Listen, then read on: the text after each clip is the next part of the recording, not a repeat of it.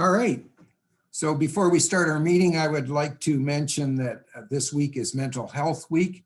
And in talking with Janet Walker from Forward House today, she asked if we could mention that should anyone in the general public feel the need to talk to anyone, that they should not hesitate to call one of their trained mental health workers at 250-954-0785.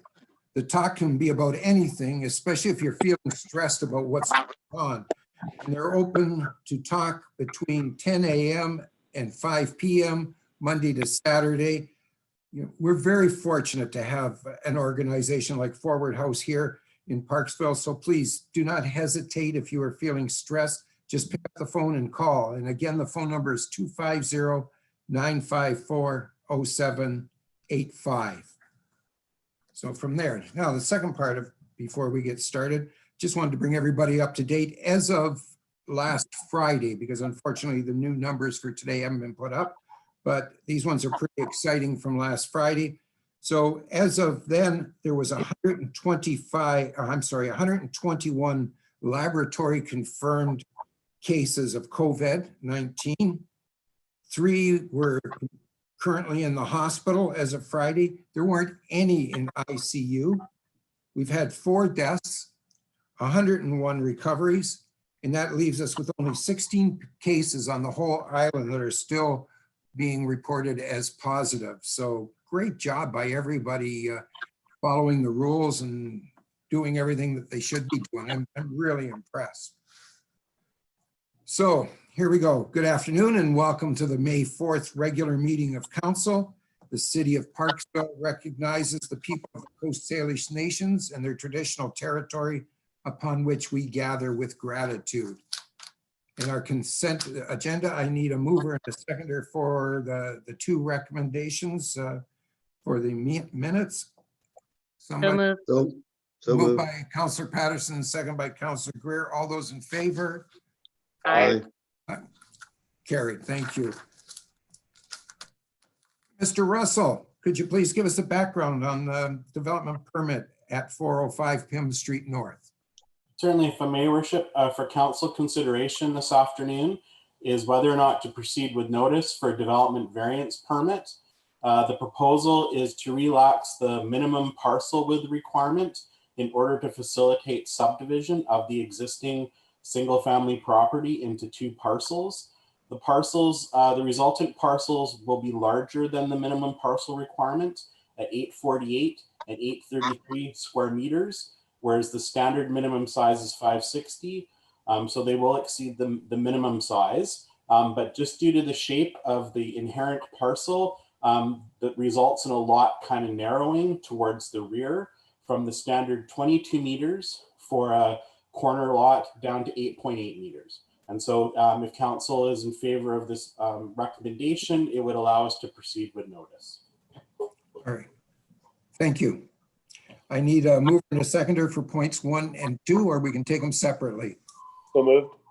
Councillor Chandler, seconded by Councillor O'Brien. Thank you. Any discussion? You have to raise your hand, I guess, in order. Councillor Greer. Thank you, Worship, through to the planning. You said these lots are legal size now? Are they both legal size? I take it the one is quite small. If I may, Worship, through to Councillor Greer. Please. So at this point, there's only 1 parcel. It's over 1,600 square meters in size. They're proposing 2 lots, one of 848 and one of 833. The minimum legal size is 560. So they're each about more than a third larger than the minimum size. They're just kind of an oddball shape more than anything. Yeah, thank you. So just so I'm clear, the only variance we're looking for is the fact that it's 21 meters, did you say, for backyard, the width of a backyard? Is that correct? If I may, Worship, in the case of a corner lot, the minimum width is 22 meters at its narrowest point. And in this case, the property is 23.4 at the front, but is only 8.8 meters at the back. just, sorry to keep questioning, but just out of curiosity, if this wasn't at the corner, what would be the minimum requirement? The minimum requirement for an RS1 zoned lot would be 18 meters. So it wouldn't even fit for that. Is that what Correct. you're hearing? Okay, fair enough. Any other questions? Councillor Greer, did I see your hand up, please? Yeah, thank you, Worship. Through the planning, would it be your recommendation that this lot is large enough? To me, it doesn't seem like it meets all the stats. If I may, Your Worship, through to Councillor Greer, they have demonstrated a dwelling that would fit on the property of a reasonable size. Approximately 1,800 square feet is what their plans show would fit on the property. But it's entirely at council's discretion whether or not you believe it's sufficient or not. Thank you. Councillor O'Brien, please. Thank you, Your Worship, and through to Mr. Russell. If just to clarify that, if the this is approved, the new dwelling plan for this would not require any variances to the existing setbacks to accommodate that building on that lot, even with the shorter back lot line. Is that correct? If I may, Your Worship, through to Councillor O'Brien, the proposed dwelling that they've demonstrated would not require a variance to the setbacks. It doesn't mean they couldn't come up with a different plan that might, but the plan that's being shown demonstrates that a dwelling is feasible there without requiring setback relaxations. Fair enough. Thank you. Thank you. If they did change this and would require a variance, then in fact, they'd have to come back to council anyways for approval, correct? If I may, Your Worship, yes, that is correct. All right. Any other questions? Okay. And then I will call the question. All those in favor of the recommendations 1 and 2? Aye. Opposed? It's carried. Thank you. Thank you. Mr. Robinson, could you please give us the background on the issue regarding the purchase of a replacement street sweeper? And Councillor Wilson would be very pleased to have a new street sweeper after this morning.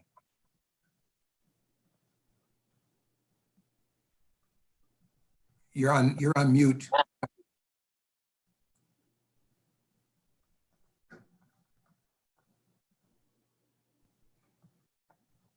If I may, Your Worship, this report is to outline the current 2007 Elgin's street sweeper that we currently have and is due, well, it's overdue to be replaced. The current available funds have been identified in the 2020 budget, allocate 280,000, which includes PST towards the renewal of a street sweeper. So at the end of January, two suppliers responded with the cab over proposal. One was a 2021 Elgin's Crosswind, and the other was a 2020 Rollins Johnston RS 655. Both of these exceeded the allocated budget. Both of them do offer a trade-in of 50,000. Both of these have the newer technology. Our current sweeper uses 2 engines. These new ones use single engines. The Elgin uses a smaller 6.7 and the Johnson an 8.9. So where we're looking is the 6.7 200 horsepower engine with the variable speed device achieves a higher RPM with the blower, which makes it a little bit more efficient than the larger 300 horsepower Johnson that only gets 3,000 RPM. The report outlines a number of efficiencies that could be taken into consideration over the lower initial cost of the competitor to the Elgin, especially when it comes to fuel consumption. There's a difference of about 67 to 73% fuel efficiency on the based on the 6.7 liter engine to the 8.9. So it's a smaller displacement. It's better on fuel, better on emissions. And the report makes the recommendations that we receive the replacement.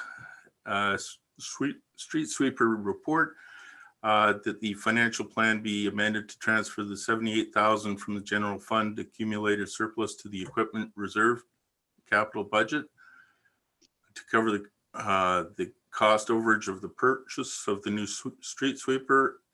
The equipment reserve capital budget be increased from 280,000 to 358, and that staff be authorized to purchase the 2021 Elgin Crosswind street sweeper from Weimar for 358,000. That includes the PST, and with the $50,000 trade-in would be off that, Your Worship.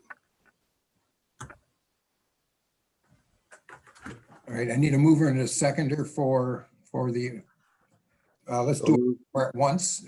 Councillor O'Brien is moving it. I would move all four if at this time, or do you? Yeah, you're moving all four, correct?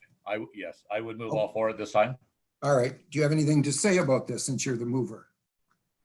Not until I get a seconder, I guess. Oh, no, Councillor Greer already seconded. Oh, sorry. Okay.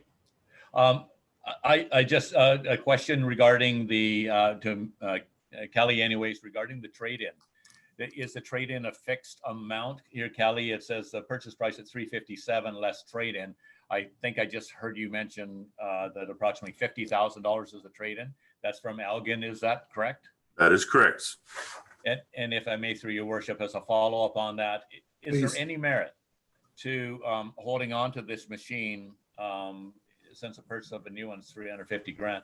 Any merit to holding on to this machine as a backup for our own people, or to sell it privately, since there's a lot of firms out there that look for street sweepers, like for the private ones to clean up on construction sites? Is there any merit to having it either for either of those benefits as a backup in case the one breaks down? It's just a thought. Maybe you've already thought about it, or is not acceptable. We haven't put a lot of thought into it. There's still a fair bit of maintenance that has to go into these to keep them operational. So it hasn't been considered. We were considering the trade-in as part of the deal. Okay. So, as a follow-up, then, so the $50,000 in your estimation is a fair trade-in value. Yes, it is. Thank you. Anybody else have any other questions? Councillor Wilson, I see your hand up, or your finger up. Thank you, through your worship. So I'm just wondering whether or not this sweeper has any life at all in it, if it really is costing a lot of repairs to it right now, or can it make another year? Kelly, do you know that? Or through the mayor to Kelly? That's fine. Through your worship to Councillor Wilson. The cost to maintain this sweeper, just to give you an example, over the last 9 years is almost $200,000. So it's an expensive piece of kit to keep on the road. And there's a fair bit of maintenance that would have to go into it if we wanted to keep it any additional years. Follow up? Yeah, please. So my question would be through you, Mr. Mayor, to our Director of Finance, Lucky. Can you tell me whether or not if we have to pull money from the general revenue, would it not be wise perhaps to keep some of this money in case we have any other really needy equipment that might break down, especially through this COVID crisis that we're going through right now, where we might need extra funds?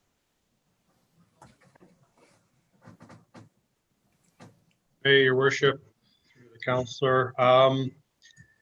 The general fund for the 5 years of the plan that we currently have, at this point, the 77,100 is not included in the plan yet, but our reserve accumulated surplus at the end of year 5, I think, is 1.6 million or in that neighborhood.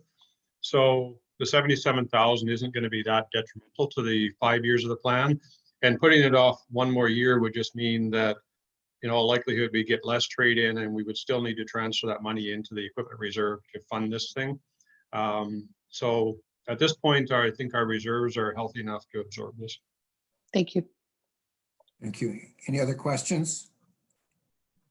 All right, I have a couple if I could, and they'll be directed to the Director of Finance or I'm sorry, we'll go back to Mr. Robinson first. So I'm understanding it's $357,000. Is that including the trade-in or not including the trade-in? Your worship, that is not including the trade-in. Okay, so then if that's the case, then we really, if you take the $50,000 off that price for the trade-in, you're at $307,000. Is that not correct? That is correct, your worship. Pardon me? That's correct, your worship. All right, so then if it's $307,000 and I'm only reading $27,000 between the $280,000 and the $307,000 that is set up in the, or is the purchase price. Again, correct me if I'm wrong.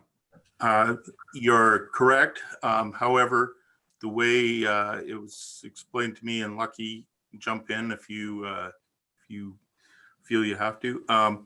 We have to budget for the full amount of the vehicle and not include the trade-in.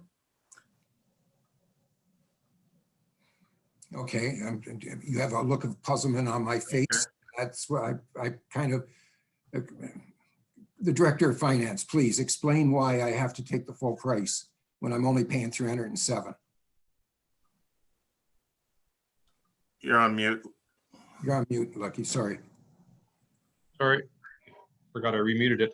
The purchase price is the full amount that would go into our financial plan and into our equipment reserve. Our equipment reserve already has the trade-in amount netted against the purchase price. So, the 77,000 difference really is the difference in the net cost, not the gross cost. It's a difference in both because the trade-in is already included in our equipment reserve in our calculations of how much we need to fund out of there. So whether it's the gross price, 77,000 difference, or the net price, in the equipment reserve, it's recorded at the net price. But for purposes of buying the piece and recording it in our capital, we don't record the net amount, we record the gross amount. Only write a check on the net amount. I'm sorry, I'm not seeing, we knew in fact in advance that we were going to get $50,000 trade-in back when we set up this reserve fund. We do an estimate of all of our equipment when we replace them. And so we do an estimate of what we're going to replace it for at the time. So for all of our equipment, 10 years out, 20 years out, we have an estimate of what the trade-in based on the current trade-in that we have. So the actual trade-in of that one, I was just trying to find it on the screen here. I think it's slightly less than 50,000, but not that much less. Can't find it. I'm just trying to find it in my screen's locked up for some reason. Here. So I think it's 35 or 40,000 is the trade-in that we had estimated from my memory serves me right. So we're getting a slightly higher trade-in value than what we actually thought. So the amount that could transfer from the general fund could be slightly less than the 77,000, but it can't be 50,000 less. Okay, I'm sorry, folks, just bear with me for a couple of seconds because I'm having a hard time understanding this to any great extent. Did we put away $280,000 on an annual, not on an annual basis, but accumulated over an annual basis for the 10 years or whatever to come up with a total of $280,000? Did we do that? That's correct. That's what we've been putting aside. We put aside an annual amortization amount of $30,000 over the last number of years. To a total of $280,000. Yes. All right, so I've got $280,000 sitting in my reserve account, right? Am I correct? Well, it's actually 245,000 because we had a trade in. I found it now on my screen, 35,000. So we accumulated up to 245,000. Okay. In the reserve account. All right, well, when we get to budgets next time around, I want to talk about that because that seems like not a great way to budget this. But anyways, we'll let it go. So we need this, the full 77,000. And in fact, you're telling me we might even need more than that. If I may, your worship, actually, the trade-in that we'd estimated was 35,000 and we're getting 50, so we could actually go 15,000 less into the reserve. So 62,1 could be transferred in there as opposed to Okay. 77,000. All right. Fair enough. Sorry to drag that out, folks. Councillor Greer. Yeah, thank you, worship, through to Lucky. Yeah, I have the same questions as the mayor, now that I know that there's a $50,000 turn-in or trade-in. So if there's extra money, if we move 77,000 over, then where does the extra money go? Does it just stay in that account? If I may, your worship, there's been a number of pieces of equipment recently that we've been purchasing that have come in higher than the cost that we had in the reserve. So the reserve has been slightly depleted over the last few years from more expensive pieces of equipment. So if the extra 15,000 went in there, it would just go in there to assist with the reserve and the funds that are in the reserve. Thank you. Okay. All those in, any other questions? If there's no other questions, I will call the question. Oh, Councillor Wilson, sorry, I didn't see your finger up there. Through you, Mr. Mayor, to Kelly. It's kind of a lighthearted question. Is this sweeper more, less noisy than the one that you have right now?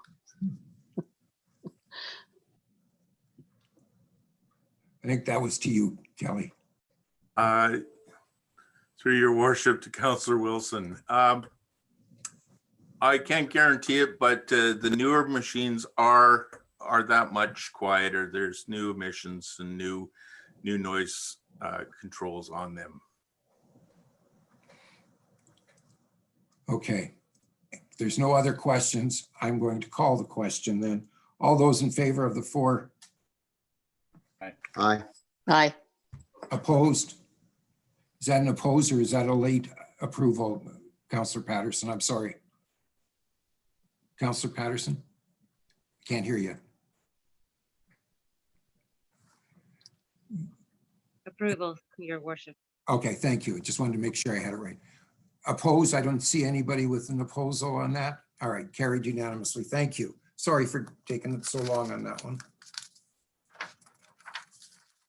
Mrs. Harrison, could you please give us the background on the COVID mutual aid agreement? You're on mute. Thank you, your worship. This agreement between our partners in the region is to do with mutual aid for the water treatment plant. We have staffing protocols in place. This is just a backup in case something was to happen.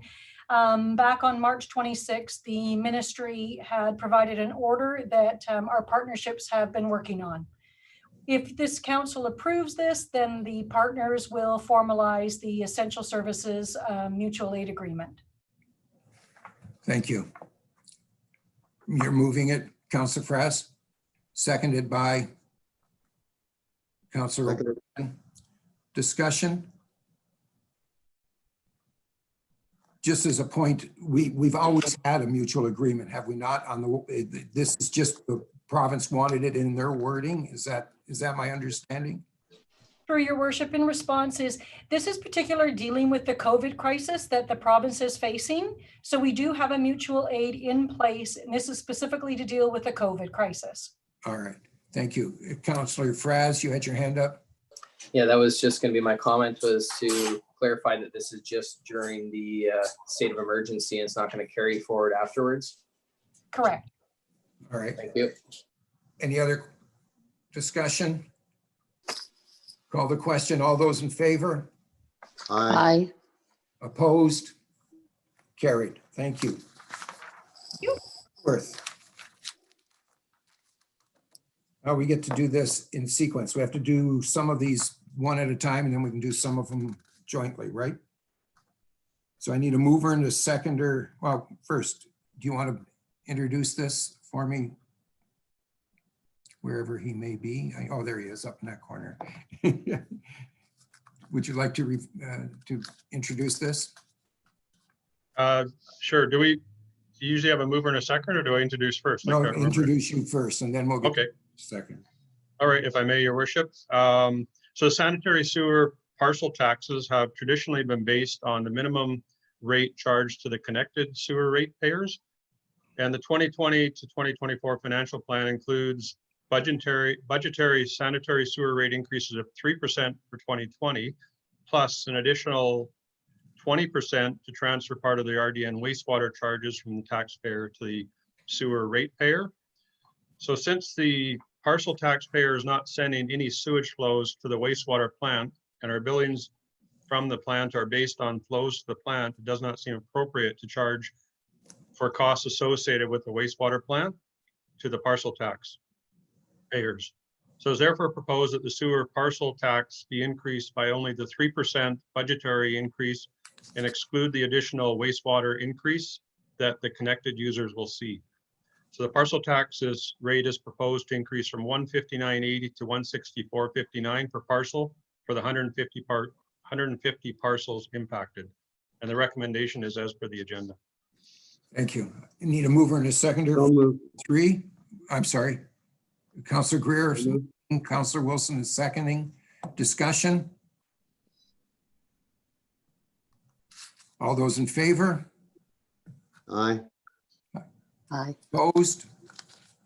It's carried. Thank you. Mr. Butterworth, keep going. Thank you, your worship. So this is a report on the water rate and parcel tax rate changes for the water fund. So 2020 to 2024 proposed budget includes a reduction to the water treatment plant infrastructure fee from $36.40 to $20 per year. And the reduction arises from December Council Resolution 19-402. The 2020 budget includes no changes to the remainder of the water rates from the 2019 rates. The base water rates with zero consumption and the parcel tax rates will amount to $179.14 per billable unit. The recommendation is as per the agenda. Need a mover and a seconder. Councillor Fraz, Councillor Greer. Any discussion? All those in favor? Aye. Aye. Carried. Mr. Butterworth, the final financial plan. If I may, your worship, the community charter requires the city to adopt a 5-year financial plan, which includes the current year plus the next 4 years. The city currently has a provisional 5-year financial plan, but that is somewhat outdated as it does not have the updated accumulated surplus amounts from 2019, updated property tax assessments and property taxes, and various other projects approved by council or proposed by staff since the provisional budget was passed. These changes are detailed on Appendix A, which is attached to the staff report in the agenda. A public budget meeting was held on April 8th, and the adjustments required were presented and discussed at that meeting. These changes have now been incorporated into the city's final financial plan or are being brought forward for council's approval. One late item not included in the April 8th meeting, which I wanted to bring to your attention, was added to the budget after that meeting. The item relates to previously approved resolution of council for Memorial Avenue reconstruction, which increased the Memorial Avenue 2020 capital design budget by $56,000. Those items you'll note are in gray on Appendix A, the report. They're the grayed out items. The city's accumulated surpluses for the general fund and water utility fund are within recommended amounts for the 5 years of the plan. And the accumulated surplus for the sewer utility fund falls below recommended levels for 2023 and 2024, but are still within guidelines of the province. Section 165 of the community charter also requires council to establish objectives and policies for revenue sources, property tax classes, and permissive tax exemptions as part of our financial plan document. And these objectives and policies are detailed in Appendix B of the staff report. The recommendation is as per the agenda. Need a mover and a seconder for both recommendations. Councillor Greer, seconded by Councillor O'Brien. Discussion? I'll call the question. All those in favor? Aye. Aye. Carried. Thank you. Mr. Butterworth, you're doing well. Keep going. Almost there. If I may, your worship, section 197 of the community charter requires council to establish property taxes for its own purposes and to meet the tax requirements of the regional district. The financial plan includes a 3% property tax increase for all classes except class 5. The class 5 light industry increase is 10.8%, and this is part of a 6-year strategy to equalize the class 5 tax rates to the class 6 business tax rates. For the average priced residential property, the municipal portion of the tax increase amounts to $45, and the total increase when you include school tax and regional district tax is approximately $84 for the average price residential property. Recommendations are as per the agenda. Need a mover and a seconder for the 4 recommendations. Councillor O'Brien. I need a seconder. Councillor Wilson. Discussion.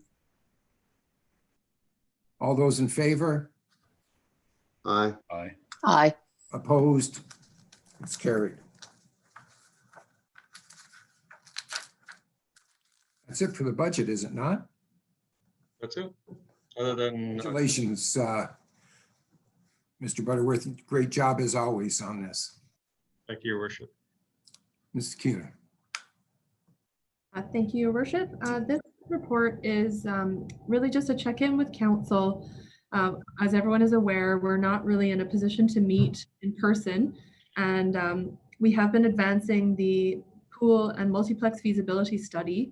And as council will recall, we met with the consultants in March, just before the lockdown happened. And so I'm just seeking some feedback from council and a decision as to whether or not we would delay the next phases of that project, or if council is willing to engage with the project consultants in a virtual manner. Essentially what we had planned coming up next were design charrettes. And so that would have seen council sitting in a workshop setting for a couple of days with the consultant, working through a number of different options, and then designing a sort of a final mock facility that would have different elements selected from a menu, if for want of a better description, where council would then have a scope of the project to work with and start formulating some costs, both for operating and for capital. And so given the fact that we are facing some uncertainty in terms of the timeframes for when the restrictions will be listed, I'm just really wanting council to decide whether or not we participate and move forward in the virtual manner, or whether we delay, which is a little bit unknown as to how long of a delay that would be before we could actually meet in larger groups, all in one room with outside consultants. So recommendations are per the agenda, but really we do need some direction in terms of what council would like us to do with this project. Need a mover and a seconder for the recommendations. Councillor Wilson, seconded by Councillor Chandler. Thank you. Discussion. First off, before we get into the discussion, we're not looking for, we need this or we need that. We don't want to discuss, an 8-lane pool, a 50-lane pool, or a 25. All this is talking about the process right now that we need to go forward with. So please bear that in mind. All right, Councillor O'Brien, you had your hand up. Thank you, Your Worship, and through to CAO Kiva. Just a question regarding the recommendations here. Kiva was that the staff also be directed to use alternate means to engage with the public on the feasibility project, including online platforms. Maybe Ms. Tardif might help with that. My question is that since the design charrette sounds like a great idea to go on a virtual format so as to avoid any further delay, I think that's great. It would have been great if we could have included everyone, but such is the way that the situation we're dealing with right now. But the other alternative means to engage with the public, would that include, like, I know we have a Facebook page and we're on the other various media platforms as well. Is there a way to engage, or somewhere that instead of just having the people that are on our Parksville pages, there's a way that we can reach out to other Facebook groups or somehow, so that we can get a real good representation from what the public really want in the area, seeing as we recognize that this pool will be used by not just Parksville residents, but other surrounding RDN territories as well. If I may, Your Worship, we're actually hoping that council will give us the approval to do a sort of a widespread, what's the word I'm looking for? Like a widespread poll with our residents as to how they would like to engage with us on non-COVID related as well as COVID related things when we're not able to have them just walk in and chat with us. So Deb Tardif has actually come up with some great ideas that we're hoping today council will support us in using kind of the pool as maybe a pilot, but we'd like to send out a few requests to our citizens asking, you know, what works best for them and fully utilizing all of the things we have at hand with Let's Talk Parksville, with our city page, with newspaper, you know, ads and things, with our social media. And we were thinking about doing a survey that would allow citizens to kind of select what methods work best for them and if there's something that we haven't suggested that they would really like to see us using. So if council is agreeable to that, we'd like to use the pool as a bit of a pilot to help citizens engage with us in different ways, from those traditional kind of public hearing, open house.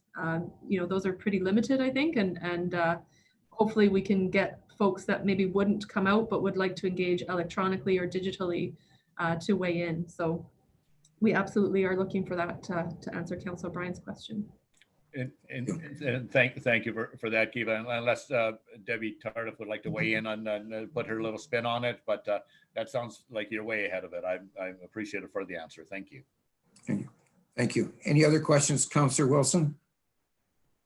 Thank you, Your Worship. So this question would be to Kiva.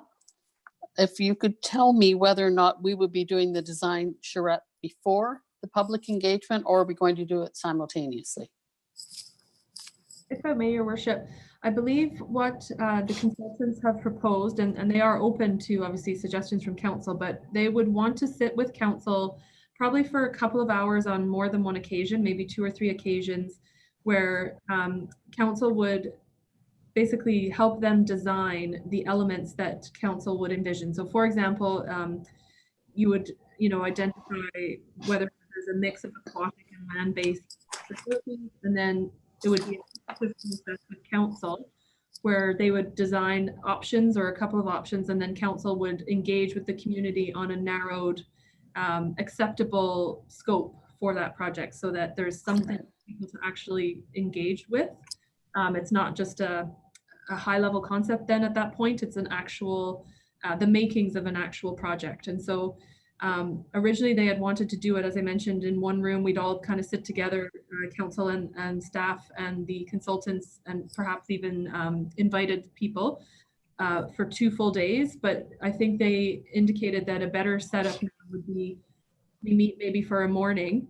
They take the information that, you know, you have heard from your constituents and that you provide to them, and then they kind of design basically a mock of what the facility could look like.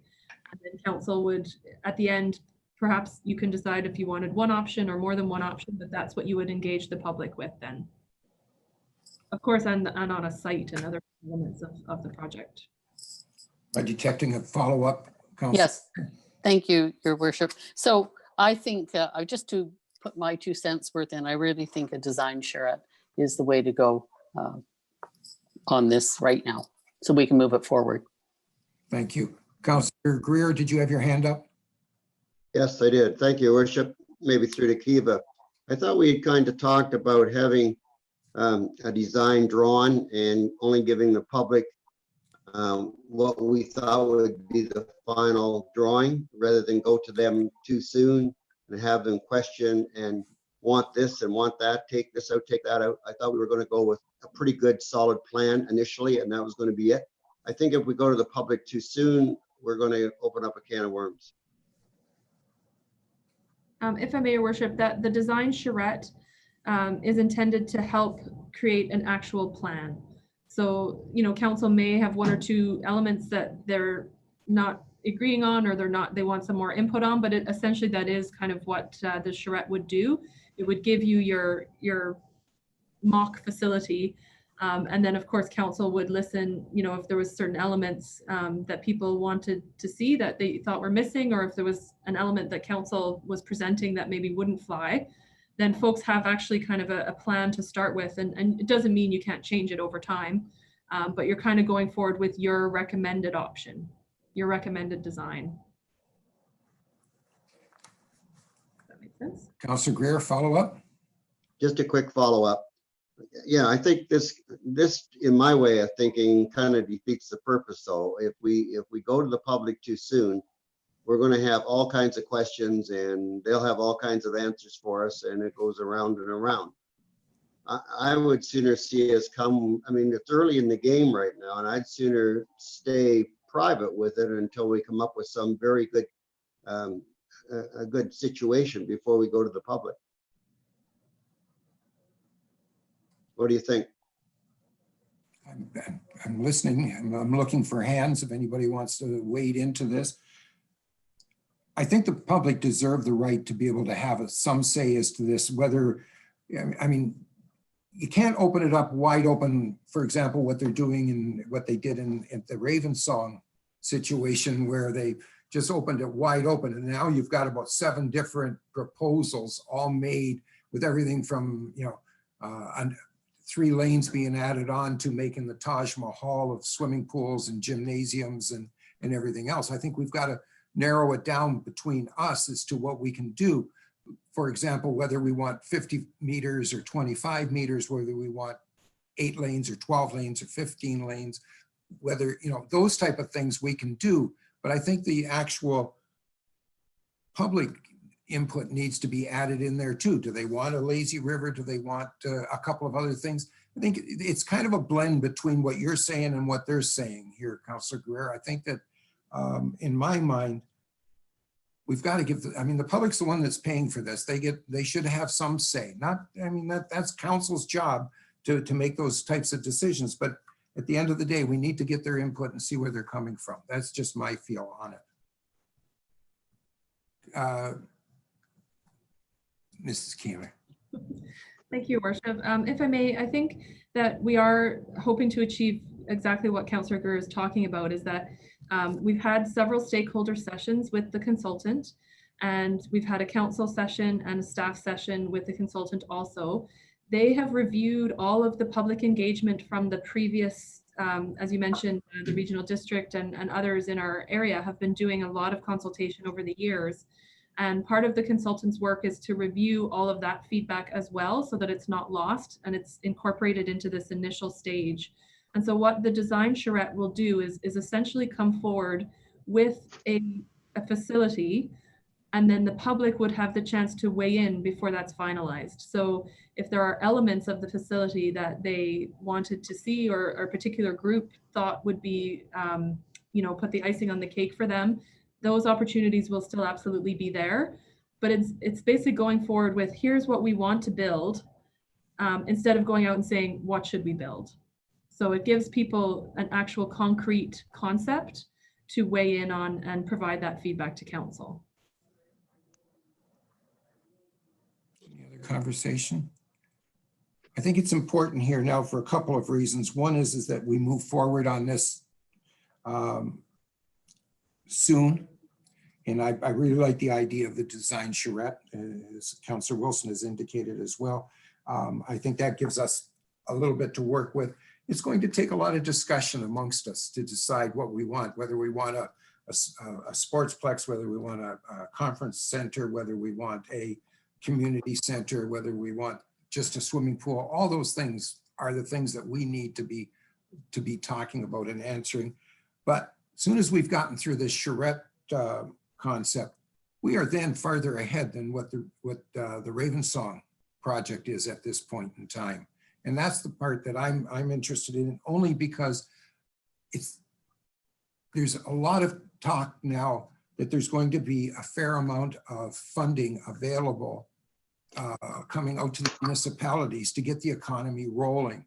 And those people that are shovel ready or almost shovel ready will be the ones that will be able to apply for and get those funds first. And that's, if we can get that on top of getting what we want as a swimming pool and sportsplex, multiplex, whatever it may be, then I would be a very happy camper at this point in time. So if there's no other conversation going on, I would like to call the question. All those in favor? All those in favor? Aye. Aye. Opposed? It's carried. Thank you very much. Now, through the bylaws, we're going to kind of whip through these here to get them going. The three readings, 1, 2, and 3. I need a mover and a seconder for those. We just went through them a few minutes ago, but have to do this again. So Councillor Fraz is moving it, seconded by Councillor Wilson. All those in favor? Aye. Aye. Opposed? It's carried.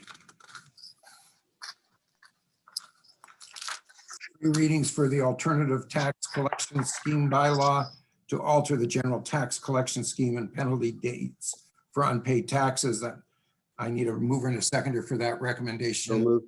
Moved by Councillor Greer, seconded by Councillor O'Brien. All those in favor? Aye.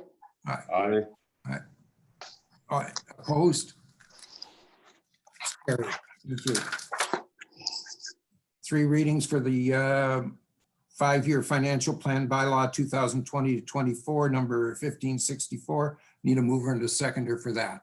Mover is moved by Councillor Wilson, seconded by, I'm sorry, Oh, Councillor Greer. All those in favor? Aye. Aye. Aye. Opposed? Carried. Thank you.